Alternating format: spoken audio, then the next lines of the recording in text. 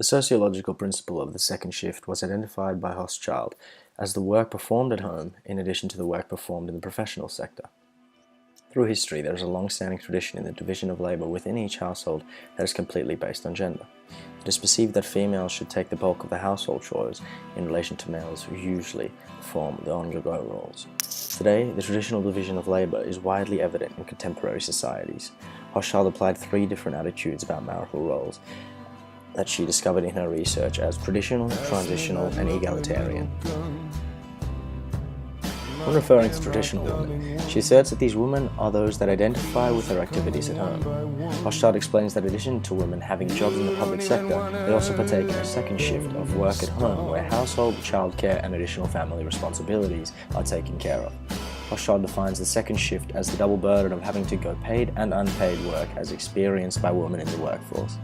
This is due to the fact that society, mostly the working class and men, gravitate towards traditional gender roles of women as the homemaker and mother and men as the breadwinner. Women that work are accepted as long as they fulfill their primary role of nurturing and caregiving. The same is applied for men, where it is expected for them to be the breadwinners and work full-time. However, it can also be explained that women who have less household responsibilities feel an embedded sense of guilt, as though they are abandoning their responsibilities. The 2004 Seattle Times article describes this feeling as the inner mother martyr, where it is not guilt that creates the traditional woman, but rather a sense of obligation. This idea is tied to how women define their own women. Women are inherently taught their roles through their mothers, aunts, grandmothers, and by rejecting household and childcare responsibilities, women are not only abandoning what they view as their role, but their understanding of what it is to be a mother, wife, and therefore a woman. The transitional woman may be referred to as the woman who is in between the traditional and egalitarian, taking some views and some stance points in each side, but being somewhere in the middle.